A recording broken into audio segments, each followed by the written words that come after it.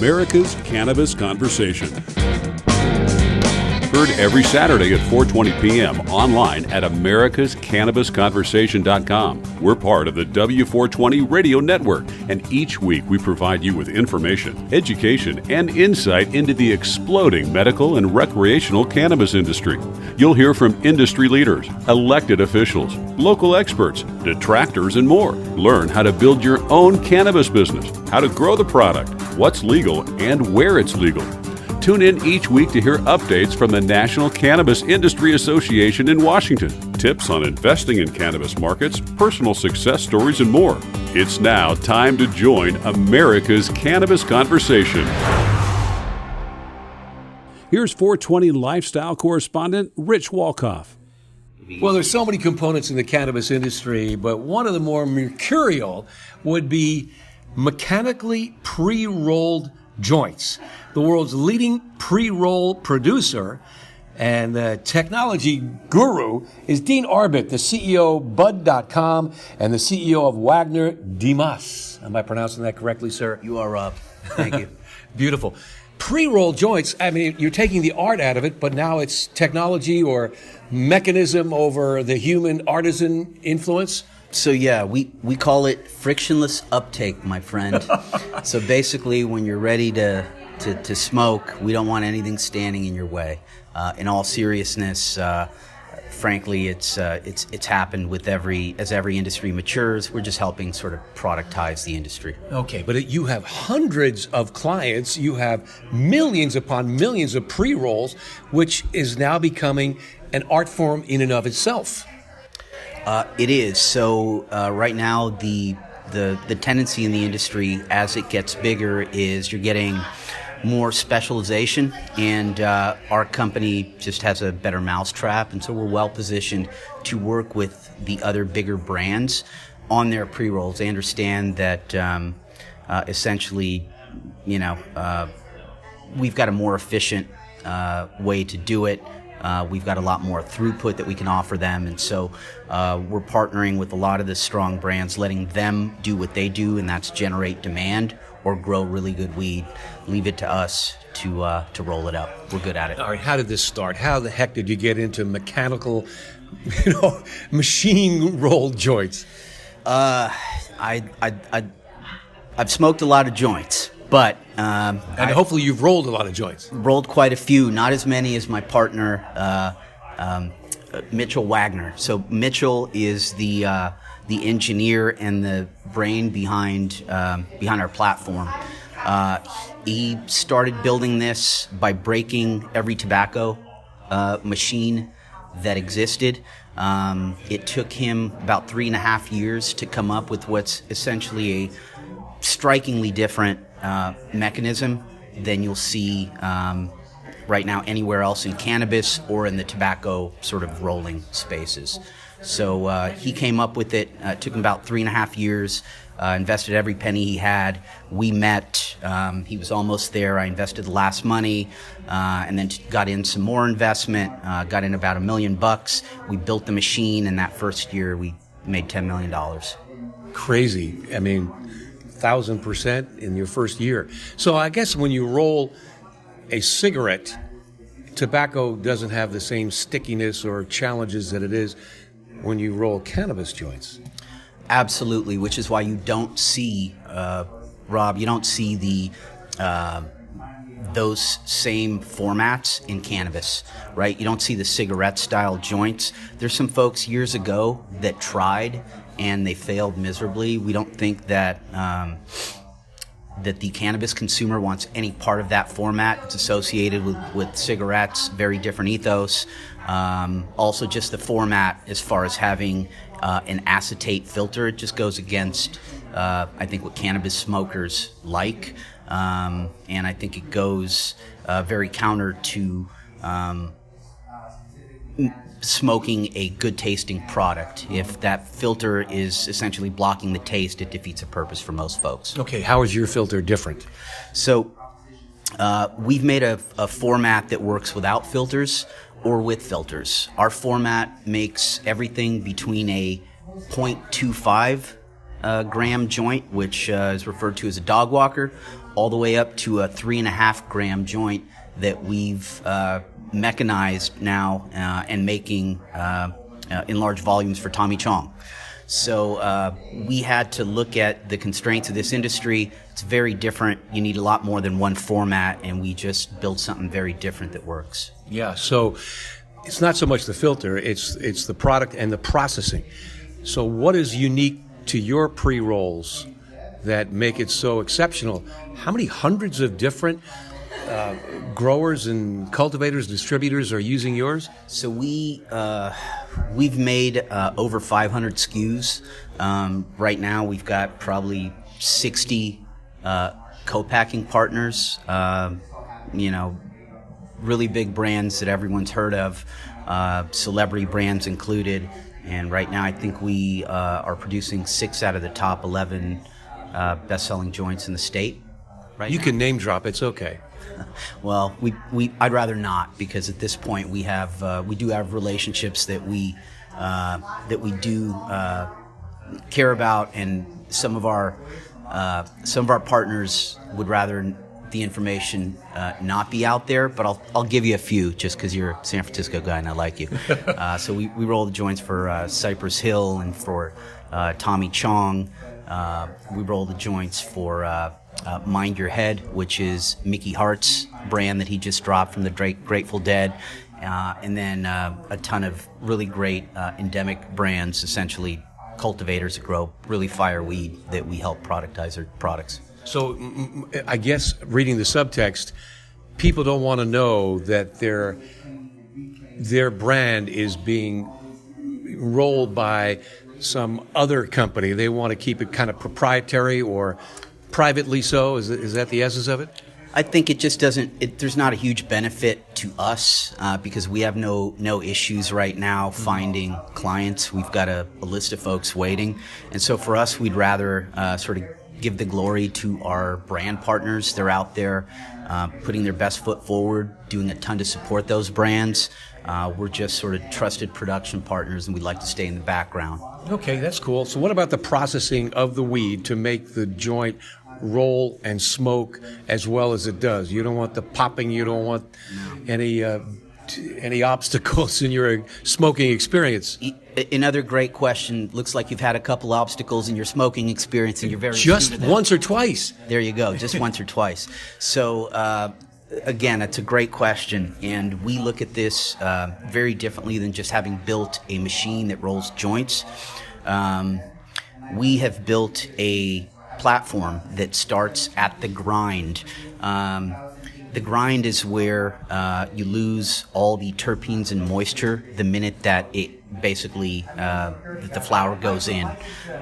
Basically, all the nose goes up in the air if you don't account for preserving those terpenes and that taste. So what we did was we worked with great genetics providers and analytical labs 3 years ago, and we tested every part of essentially we tested every type of grinding mechanism that was prevalent at the time. We found that one of those worked a lot better to mitigate terpene loss. We then adjusted that to further sort of modify it for our purpose. We've done that at every stage of the step because the biggest enemy of a pre-roll is lack of taste and flavor. That's got nothing to do with just making the joint. It has everything to do with grinding it, making it efficiently, and then overwrapping it that same day, which is something that we stand by. Our system, another very unique part of our system, is the fact that we have a very different technology. It's not a vibratory table like these knock boxes or the other vibratory systems. Our system actually accounts. We have a different method of getting the weed in the joint, essentially, a different method of compressing. And so we're able to actually fill down by the crutch, where generally it's hard for those joints that are made by knock boxes. It's hard for that weed just on gravity alone to sort of matriculate all the way down by the crutch so that you have a nice, even, firm joint. You don't get that either boating, or you don't get the kind of the gap right at the crutch. So our tech accounts for that. Okay, for the non-aficionado, you're throwing out some vernacular that may not be known by everybody. Knock boxes and the crutch. Okay, so the crutch is the lower part. Instead of the filter, there is no filter on joints.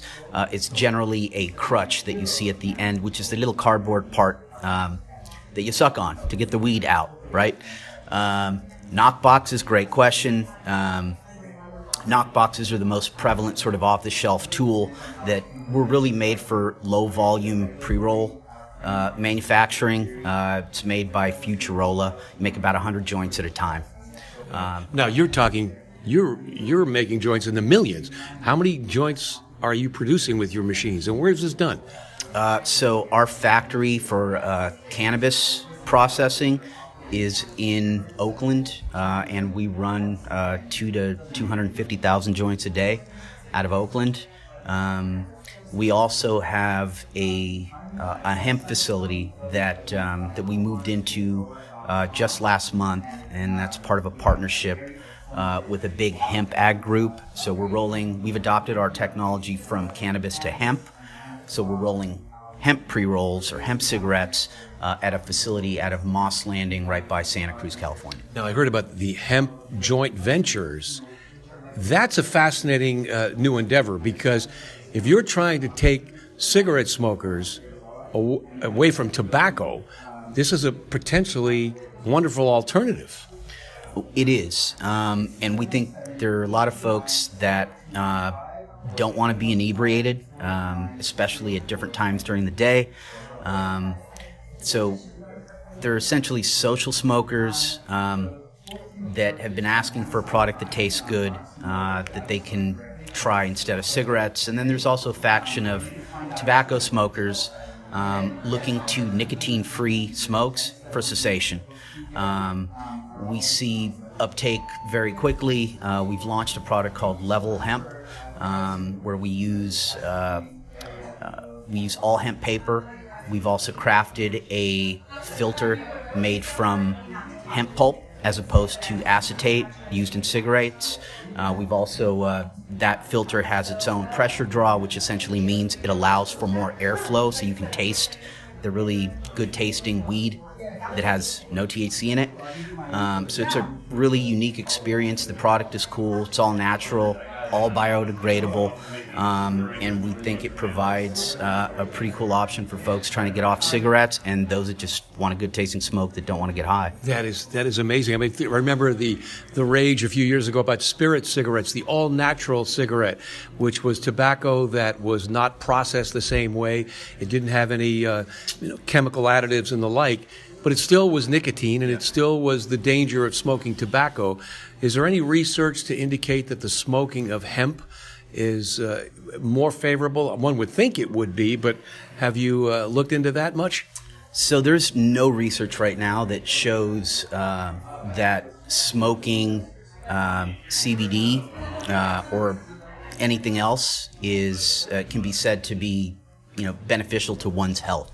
I'll say that. What have a detriment? And we would also not ever market the product that way. However, I can tell you that there is right now there's no data out there saying that CBD or frankly even THC is addictive, whereas everybody understands that's the biggest problem with it's not tobacco, it's nicotine, and so nicotine is what's being delivered there. Getting off nicotine is the goal, and CBD is at this point is absolutely not known to be an addictive substance. Yeah, so it's a win-win. Well, 5 million pre-rolled joints from your company. You're the world's leading machine-rolled joint company in the world. That's just phenomenal. And has the growth been exponential? I mean, you're still escalating? We are. Lots of work to be done. We chose, like I just mentioned, we really chose to pivot with the opportunity in hemp instead of going full bore and growing in other states. And cannabis, as you know, regulations make it real tough. You got to go out there and essentially set up shop in every state. And even though we had deals to essentially go into every state, we chose to point our resources to hemp because we think it's a much bigger, more addressable market. And we like the idea of doing it from one factory in Moss Landing and being able to export all over the world. Cool. People want to contact you or learn more about your company? DeanAtBud.com. Easy. Easy peasy. Yeah, man. Dean Arbit, the CEO of Wagner DeMoss and Bud.com. Thanks so much for joining us. Rich Walkoff for the W420 Radio Network.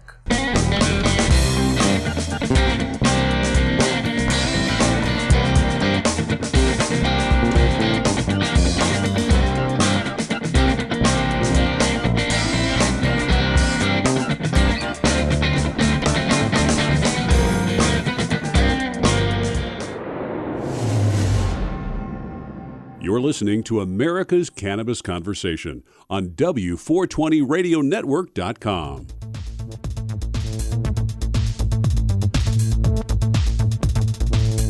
Are you interested in learning more about cannabis? Have you thought about starting your own cannabis business but don't know how? If so, we invite you to join the Cannabis Conversation with other people like you who are looking at the exciting opportunities in this exploding business. Listen to America's Cannabis Conversation. You'll hear from industry experts and get insights into the cannabis industry. For archived shows and for more information, log on to americascannabisconversation.com.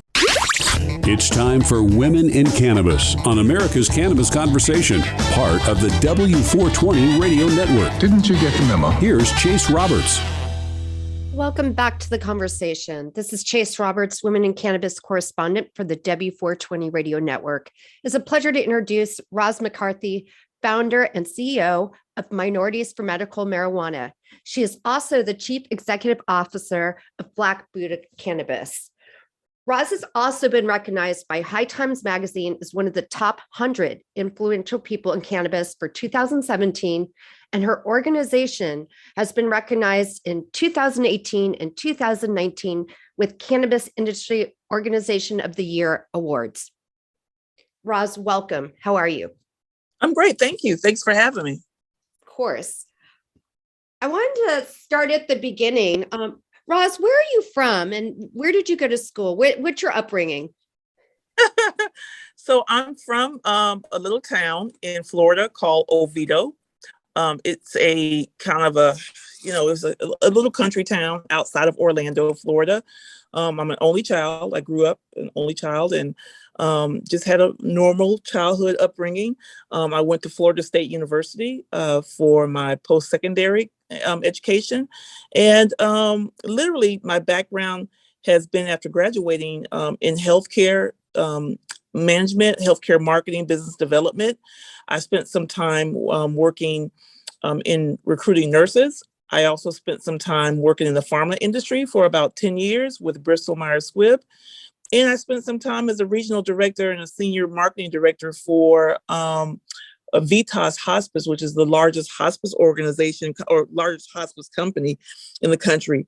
And that was a really unique opportunity and a position to learn more on the clinical side about end-of-life care and supporting individuals who are dealing with life medical conditions that are challenging. And so, it's been a whirlwind. It's always been about healthcare, creating opportunities for health equity, which I think is really, so, yeah. I feel like looking at your history, which is very impressive. And I feel like it's all kind of led up to where you are now in the cannabis industry. I mean, did you ever imagine when you were younger that this would be where you're at right now? I will put a big capital N-E-R. Never. Yeah. Listen, I'm going to tell you something in life. We're put in positions that, we have no idea what our life path is going to be. When you're young, you're just thinking, I was thinking corporate America, I'm going to advance. Never in my wildest dreams did I think I would become an entrepreneur. Never thought I would be in a position of being an advocate, because I am really advocate first before everything. And Yes. never thought it was going to be for an industry like cannabis. Growing up, we were always told that it's a gateway drug. This is the devil's lettuce. Like, Yeah. you'll go to bed, like, you don't touch this, you don't smell it, you don't nothing. Even when I was in college, I was really the only person in my friend group that didn't consume. Like, I didn't smoke. Like, and I hadn't even, after graduating and, getting married. I mean, I just never did. I always thought it was like not a good look. It was bad. It smelled, never Yeah. understand the medical and the wellness properties of this plant. So never, ever did I think this. But Get into that, because you are the founder and CEO of Minorities for Medical Marijuana, which I mentioned earlier, which was started in 2016. Can you tell our listeners a little bit about this? What was the impetus to start it? I would like to also go into some of your national programs you offer, but maybe just what is your mission there and how many members? And yeah, so I started M for MM literally while sitting on my sofa. There was a commercial that came on. It was, no, it wasn't. It was actually, I was watching the news, and the commentator was talking about the state of Florida was going to have the Amendment 2 on the ballot for the medical marijuana program for the state of Florida. Now, if those who do not know, and those that, from a political standpoint, when you see Florida, we are always we are we're that state that kind of either it tells you exactly how the election is going to go. We really have a strong connection to driving or leading the way when it comes to things that are, just new, innovative, political, you name it. Florida is a very diverse state. And so for me, the fact that Florida was even considering it was going to be on the ballot, and it was, again, people were, they were actually stating that they thought that it was going to pass overwhelmingly, and it did. Almost 75% of the people voted yes for it, or 67% rather. So long story short, I just start thinking about, what does this mean for my community? What does this really mean? Like, I want to do research on it. And so I went through my phone and I sat on my sofa and I Googled cannabis as medicine, cannabis for this, cannabis for cancer, cannabis for sickle cell. I looked at California. I called my girlfriend who was out in California, and she was in the industry. And so she really gave me a lot of education. And it was there that I was like, you know what? I want to start an organization that's focused on communities of color, people of color, connecting us to this industry from an economic standpoint, as well as from a health equity, public policy, and social justice. And I literally, started. I went on my computer. I Googled looking for organizations because I didn't know what name I want to name it. And then, my marketing side of me said, Roz, name it for what it is. Who's the community? Who are you trying to attract to your brand? And why is it important? And that's where I came up with Minorities for Medical Marijuana. My mom passed away from breast cancer in 2005. I'm sorry to hear that. Yes. Thank you. Her quality of life at the last 6 to 9 months of life was poor, to say the least. And cannabis could have helped her, most definitely. And then at the time when I was, again, working through the process and thinking, okay, I'm going to do this. I have a 17-year-old son who's at home with me, and my son has sickle cell anemia. Oh, no. For those who don't know about sickle cell, it's predominantly found in the African-American community. It's a genetic disease. It's very, very painful. It's basically, it's the red blood cells in your body are deformed, and they don't produce round, nice, circle shaped blood cells that will then transport oxygen to all the parts of your body. When you have sickle cell anemia, your red blood cells look more like a crescent moon shape. They're very sticky. They're very tacky. They end up getting stuck between your joints, and they cause extreme pain. They have a hard time getting oxygen to all the important parts of your body. There's individuals that get lots of transfusion. They're on lots of opioids for pain management. And, my son is a sickle cell patient. I'm a sickle cell mom. I have been taking care of him and his medical condition all of his life. And so I didn't want people to look at my son, if he ever wanted to use medical marijuana as an option, as being, some of the negative stigma that around Black men in particular, like, lazy, don't want to work if they consume, or, not productive, just negative stuff that's out there that wasn't really true and that isn't really true. The stereotypes that shouldn't exist, That basically. should not exist. Exactly.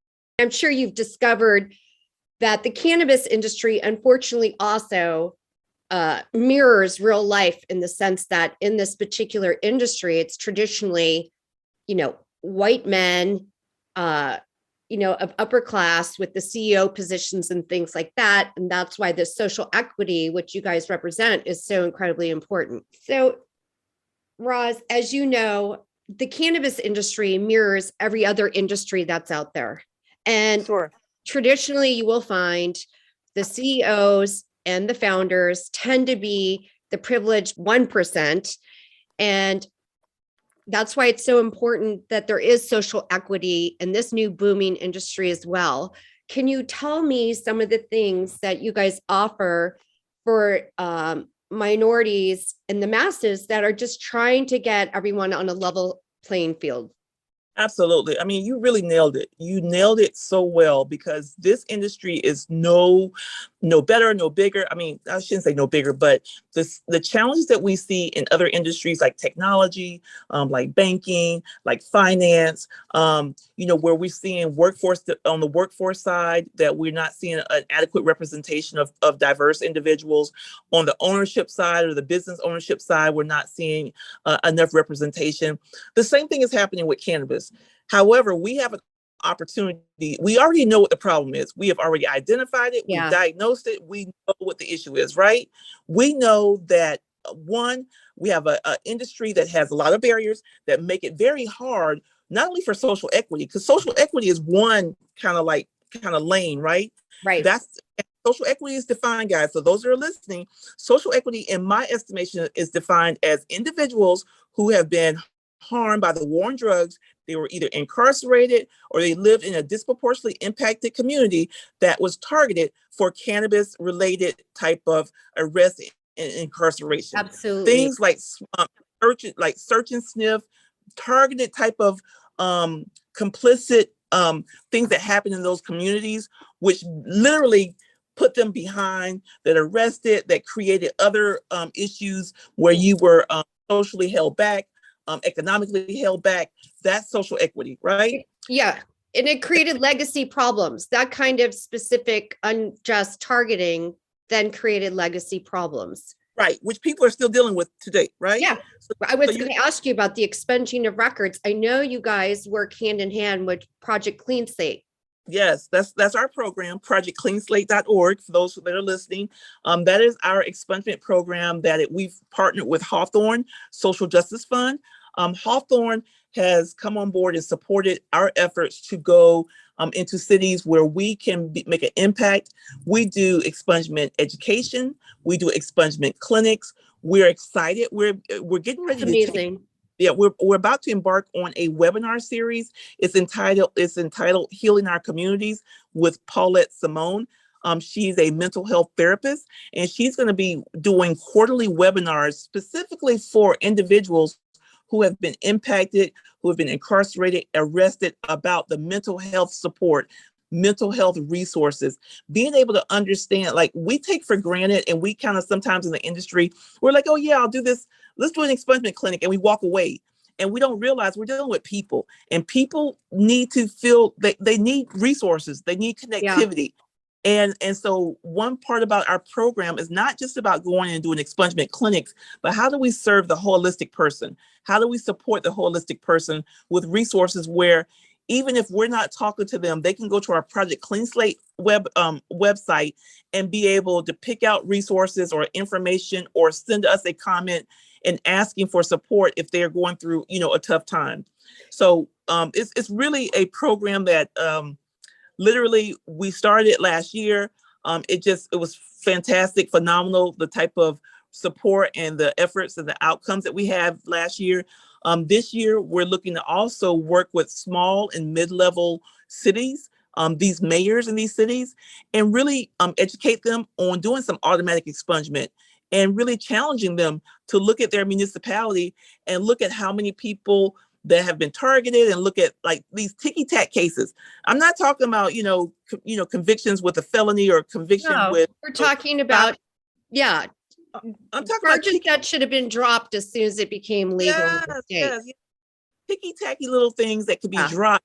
Just imagine if you're out there and you're looking for a job and you had something on your record from 20 years ago and it was a little ticky-tacky thing. However, that ticky-tacky, conviction or record, it actually stopped you or prevented you from getting that job, or made a situation from a housing perspective even more difficult if you were trying to get housing.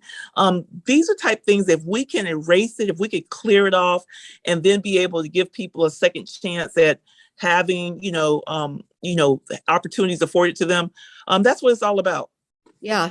And so important. Like I said, the targeting then goes on to create legacy problems that can never really be cleaned up, Sure. which should have never happened originally. Exactly. So, yeah. So going back to your point was, I was explaining about social equity and that lane, but also the industry is, you have the diversity and inclusion part, which is a different lane where you're ended up looking at how do we make sure that our industry is diverse? How do we make sure it's inclusive? And so that's the whole premise behind Minorities for Medical Marijuana. We wanted to focus on 4 different core areas: health equity, access to the plant from a medical perspective. Let's knock out these stigma, lock out the negative crap that's going on in our community about this plant. Let's learn, let's get educated, and let's make sure that people that are dealing with medical conditions who could benefit from cannabis get the resources and the education needed. The second thing is social equity, social economics. How do we, M4MM, and our state directors and our team and our extended family and supporters, how can we go pour into communities with information, resources, education about how to get into the industry? Different points of entry. It doesn't always have to be an operator touching plant. How do we talk about that? Third is the social justice with the expungement clinics with Project Clean Slate. And fourth, and not least, is public policy. We have a tremendous director of public policy with the organization. His name is Eric Foster. And the focus is so important for us to make sure that we're a part of the conversation at the early start of legalization, state by state, as well as federally. You cannot, if you're not, I'll put it to you like this. If you're not at the table, you're on the menu. And we have to be at the table, right? I love that. We have to talk policy. We have to educate our lawmakers who are responsible for writing policy. And that's the whole reason why public policy with M4MM is such a huge priority. You know what, Roz, I knew this was going to happen. There's so much to talk about, and I can't even believe our time is up. But please, we didn't even get into your other business. I would really love to have you back on and have another conversation if that interests you, because there is so much to discuss. We did not get to Black Buddha cannabis. Can you please tell our listeners? The story of Black Buddha cannabis is one that I definitely want to tell you guys, because I'm going to tell you, I'll say this. The power of this plant is it's incredible. And I can't wait to tell you that story and how Black Buddha cannabis was born. But to reach out to me at M4MM, it's M4MM United. So that's M as in Mary, the number 4, M as in Mary, united.org. You can call us 877-900-0832. We are literally, we have 27 states that we represent right now, 3 international countries, and 2 historically Black colleges and universities. That's a part of our chapters. And we're here, and whatever we can do to help support, partner, educate, build bridges, we're open.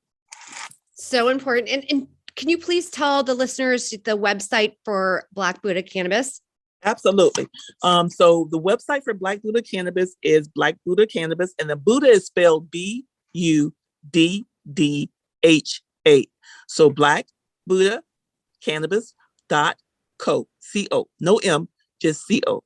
Got it. Rod, thank you for being here. If you missed Thank any you. of this great interview with Roz McCarthy, you can go to W420 Radio Network and click on the archive section to listen to this and other great interviews. And we'll be right back.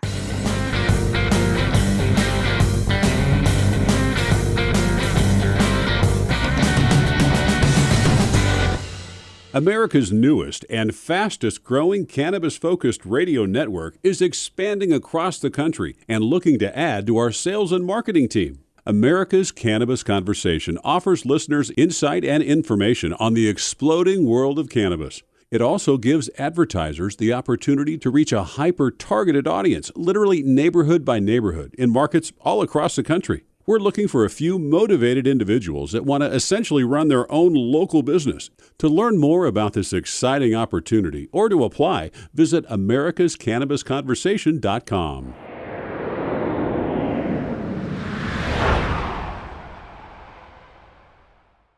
Welcome back to America's Cannabis Conversation. I'm your host, David Papsmeyer, and today we have the world of growing, something to talk about because the field of growing is growing exponentially. We're making it up as we go along in the fastest expanding business that America has seen in a long time. So to find out a little bit about growing, we reached out to abetterworld.net, where Mitchell Rabin is host of A Better World Radio and TV and media promotions. And he said, if you want to know growing, you want to talk to Roman Kilgore of Buffalo Turf Growers, buffaloturfgrowers.com. So, Mitchell, thank you for coming on to this show, and thank you for inviting our special guest, Roman Kilgore. My pleasure, Dave. Absolutely. Great to be back again. Roman Kilgore is a good friend of mine, Ray Curzon, and he introduced us some time ago into what is Roman's primary activity now, and that's growing high-quality medical marijuana in the glorious state of Oklahoma. He's doing a great job. He's one of the larger growers in the state, and he is very committed to high-quality strains of medical marijuana, which is helping a lot of people. And so I've had the pleasure of getting to know Roman over the past period of time and his partners, and have always just admired his commitment to the space and in making a difference in people's lives as a result of making this medical marijuana available to people across the state. So I'd love for you, Roman, if you would, to pick up the thread and talk to us a little bit about what you're doing on the ground there and the way your business is also growing along with the marijuana. Okay, yes, I retired as a police officer and from Dallas, and I'd worked 33 years there, and I realized that I was still going to need to do something else. And so I had a good friend that was in the business when Oklahoma legalized the medical marijuana, and so I went up to check his place out, and he, kind of brought me in and just let me see everything and showed me everything that was going on. And I thought, man, this is what I want to do, because I'd realized that the war on drugs, specifically with marijuana, was a lost cause, besides the fact that marijuana has more medical cures for people's ailments and things that they have, that the regular Food and Drug type administration just, kind of closed their eyes to. And so my mom had gotten esophageal cancer, and so I was on this big search trying to find things to help heal her, and part of my research was with the marijuana field. And so I just really thought that that's what I need to be in to, help people with whatever their issues are, whether it's epilepsy, seizures, cancer, chronic pain, stress, anxiety, the whole nine yards. Things that the marijuana actually helps cure or fix, or pain subsides when they're on that. And I've seen how it reacts with people that have those issues, and it's a very good thing for them. Unlike, say, alcohol. I've had more people that through my career, I've dealt with more issues with people that have been drinking alcohol, that they lose all their inability to really cognitively think through things because they don't have it. But people that are use cannabis is not anywhere like that. So that kind of started me into that direction. Then a good buddy, Tim Holland, he got me going, in this business, and he became a consultant for me. And so once I decided to do this, there's certain parameters that you had to go through to get a license. And so one was to be an Oklahoma resident. So I moved to Oklahoma, got my residency up there. Then I applied for the license and got that. But then if you're going to do indoor good quality cannabis growing, it costs a lot of money. And so that was one of the things that I was kind of going through. I was like, it's really expensive. So a lot of people think that, this is such a lucrative business. It is if you do everything just right. But I know a bunch of growers that are going out of business now because of various different reasons. And I think people thought, well, we just, go get a bunch of seeds, throw them in the ground, water them, and we're going to have all this, cannabis we're going to sell and make a ton of money. But it's really not like that. So it's not for the faint of heart. It's like any business. You got to pour everything you've got into it. It's not a part-time job. And so I had a real good friend of mine that I said, hey, I'm thinking about doing this. And so he had a friend up in Oklahoma also that had a cannabis business. So he took me up there, and I said, well, I'm thinking about doing this. And he said, well, hey, he goes, just let me know if you need any help. And I said, well, I need to borrow some money because the banks won't loan money for this. And so every penny that I put into it, I actually had to borrow. So I raised all my own money, borrowed it. So, I am in debt, hopefully to pay that down. But, that's the price you pay when you go into a business that, requires a lot of upstart money, especially in this industry if you're doing a good quality indoor grow. The building is not so much what costs a lot of money, it's everything else. Lights are $750 to $1,000 to $1,000, $1,500 a light, and we have 240 lights in our building, so we've got $250,000 in lights.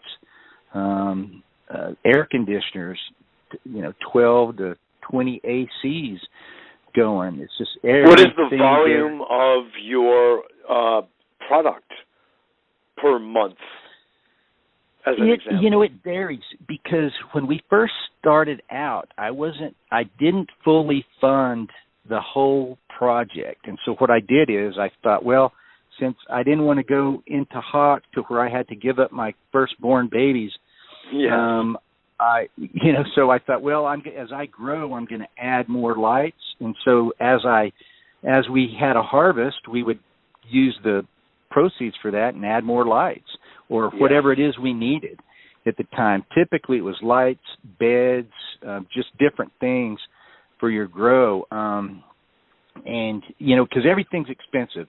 Your electrical work isn't just running one, electrical outlet in there. We've got, 50 or 60 in each room. It's, the electric was about $33,000 a room to put in. We had a catwalk that we have put in. Those were $17,000 a room. So you can see how these costs add up. They mount up. On another occasion, we'll talk about how I can help you with some of those electrical costs through off-grid, blue power-based, off-grid, microgrid types of technologies, because they're coming to the foreground, Roman. So you don't have to be under the thumb of the local utilities. Right. Absolutely. And so we have costs that you of starting this up, and that you had to, borrow and from sources that you find on your own, Roman, because banks weren't lending for this. But interestingly enough, in the state of Oklahoma, there are banks that will allow you to do banking for your company. Isn't that true? Correct. So they won't lend it, but they'll accept, and you can bank there. Yeah, they might. You know, right? I don't know if they would want to. You know, the problem with getting involved in hard lending or say debt financing with a financial institution, they put a date when they want to start getting their payments, and then you have to do it. So if you have individual money, like say personal loans that I've gotten, there's no hard date when I have to start paying that back. There's an idea in my head if everything goes right, but you know, sometimes you get thrown off track. When we first started going, man, all my acquaintances up there that were in it said, don't get your hopes up for your first harvest. You know, it's probably going to just crash and burn. Well, man, we came out of the gates blazing. We had our first 5 harvests. We were in the 70, 80 pound range. And so we were doing really well. And then the sales also, the price per pound was a little higher at that time. And the price per pound has dropped a little bit. And it also has a cycle of highs and lows. And so typically from about December, the middle of December, to coming into right now, getting towards March, it starts coming out of its low because they have a ton of outdoor grow harvest from the fall that throws thousands of pounds of cannabis on the market that these dispensaries are picking up for a lot cheaper than they'd pay for the indoor top shelf flower. And so that is kind of a bump to us. And then there's a bunch of illegal growing going on where these Chinese groups are coming in and they kind of gravitated, you know, whether it's New Mexico from California to New Mexico, now to Oklahoma, where they bounce around, and then they have these task force that go around and they bust these guys. And I'm not sure how that part of it, because they're growing thousands of pounds. And if that, and I'm not sure how they go about avoiding some of the OMAs, the Oklahoma Medical Marijuana Association that oversees the whole thing. Yes. And so, you know, you brought something up. I don't mean to interrupt. I just want to add or expand the conversation to something we discussed the other day, which I found really interesting, which has to do with the different qualities, the different strains of medical marijuana, and something that some growers do, which is sort of the down and dirty, fast and cheap growing, and what you're doing, which sounds like you're very, very attentive to making sure you're developing a quality strain for the medical purposes it's intended for. Could you perhaps speak a bit about that? Yes. So there's a difference between different types of organic. You know, years ago, I had a friend from California. He was a jiu-jitsu guy. He comes out and he's wanting to go eat organic, and he says, "Hey, let's go eat some organic food." And I said, "Well, he asked me, he goes, "Is this organic?" And I said, "Yeah, they grow everything in the dirt." You know, I'm like, you're talking with Texans, and I don't know, organics growing in the dirt. It's like, no pesticides, anything like that.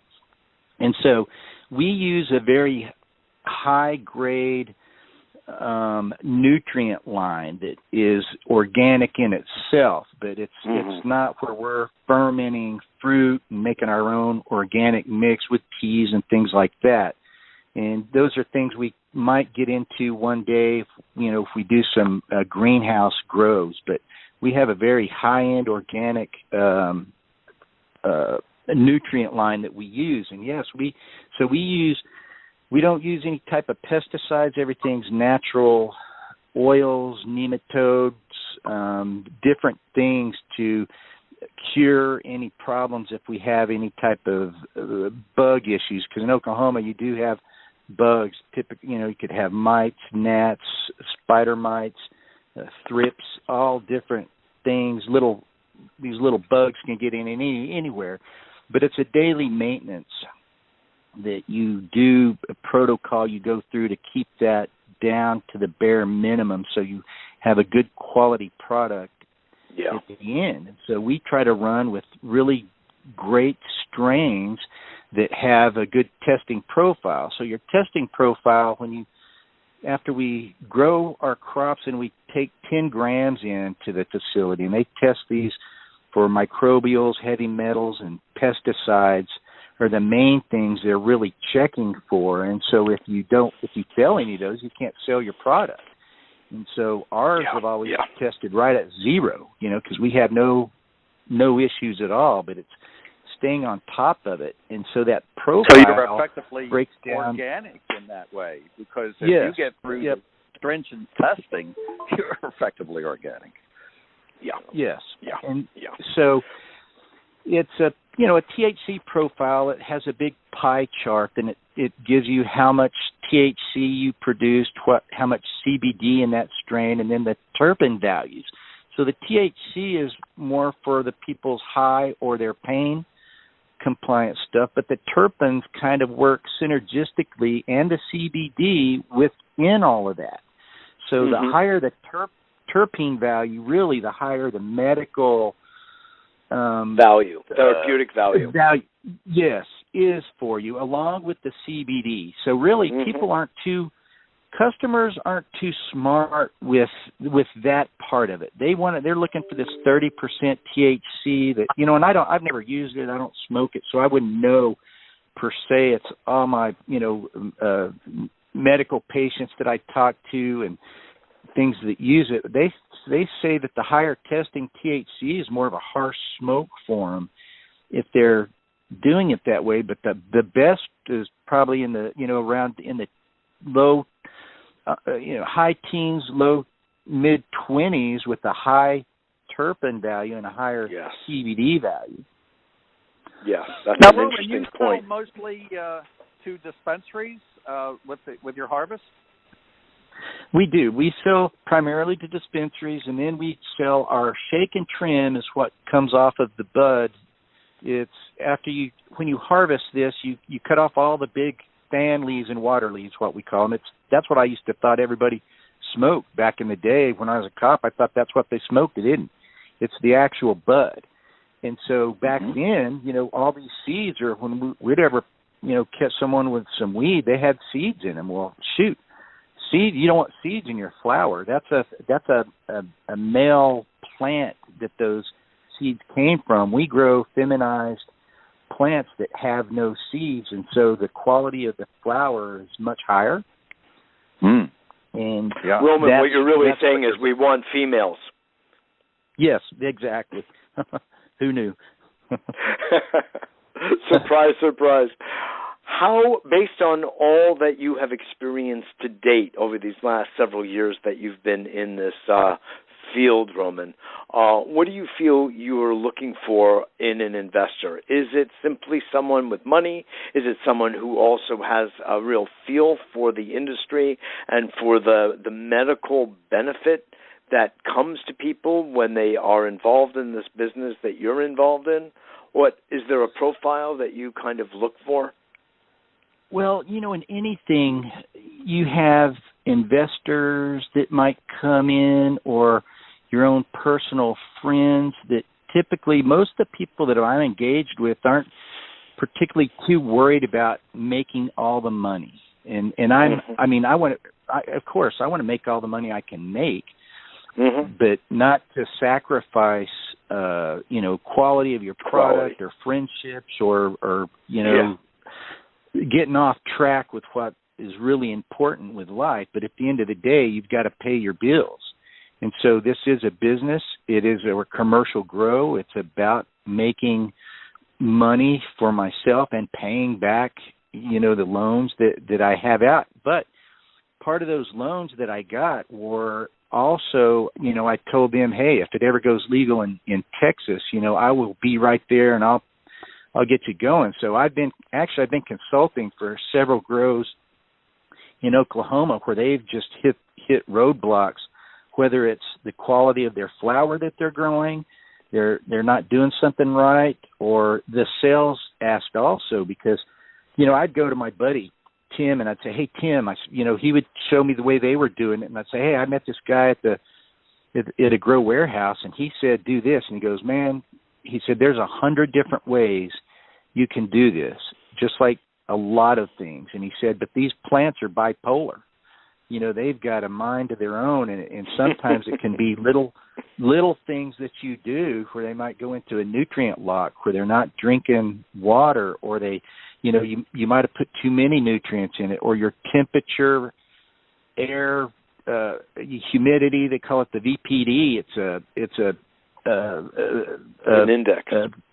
Yes, where you want the temperature and the humidity to be just at the right number, so your plants can, you know, the VPD is it's got something to do with the air pressure on the outside. So a plant, if the pressure is wrong, might not drink water like it's supposed to, and so it can inhibit its growth. And so there's little things people. Yes, Dave, people don't are you know. aware? Are you aware of that as a host of this show ongoingly? That seems like such a wonderfully interesting, subtle point that Roman is making. Are you aware of the pressure, the air pressure, and how that affects water absorption or the interest of the plant, the way Roman's putting it, to drink? Yeah, it's a vapor Few pressure people have deficit. that. You know, as Roman is demonstrating, there's no substitute for experience. And also, as you said, Roman, there are a lot of things about growing that a lot of people just don't think about until they're in the industry. You know, how sensitive the lighting has to be, the cycles of your watering, the nutrients of your soil, and now you're talking about air pressure. You carefully have analyzed and implemented all of these things and have skimped on none of the details. So I can see why you're an advisor to other people in Oklahoma, and I do believe it's only going to be a matter of time before Texas goes into legalization as well. You know, we think about things in Texas as being rather strict. Well, the times they are changing. These are national waves, and you have certainly been riding that with your company at Buffalo Turf Growers. So, listen, I appreciate you giving us an insight that we can only get from somebody like you. You have finance as well. Anybody that is interested in becoming an investor in this, certainly talk to you at BuffaloTurfGrowers.com. But, Roman, thank you for coming on here.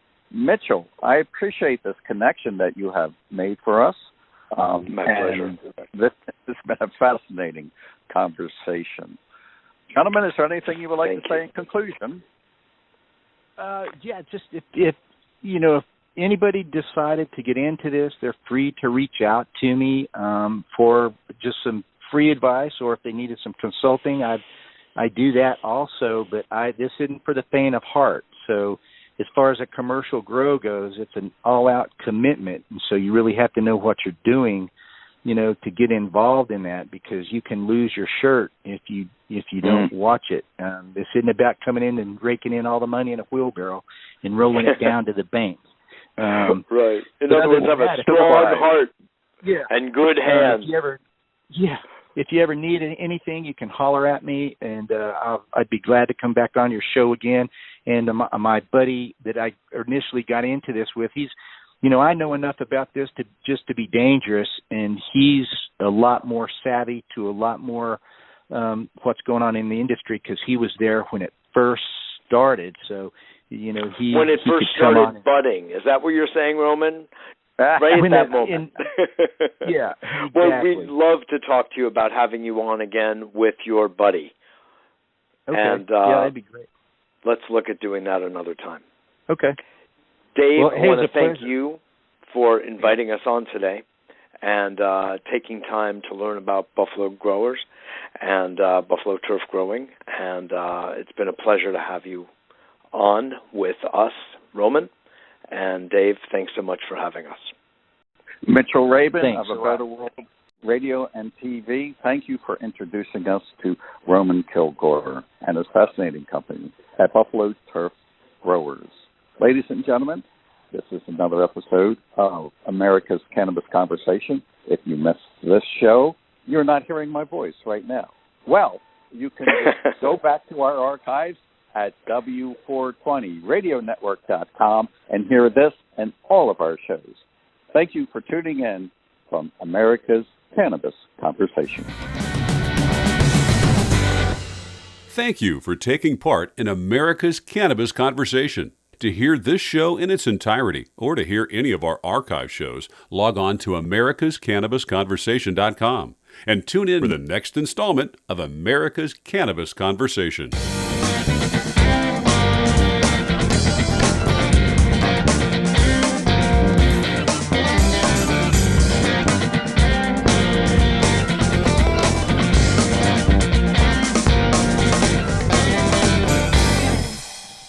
W420RadioNetwork.com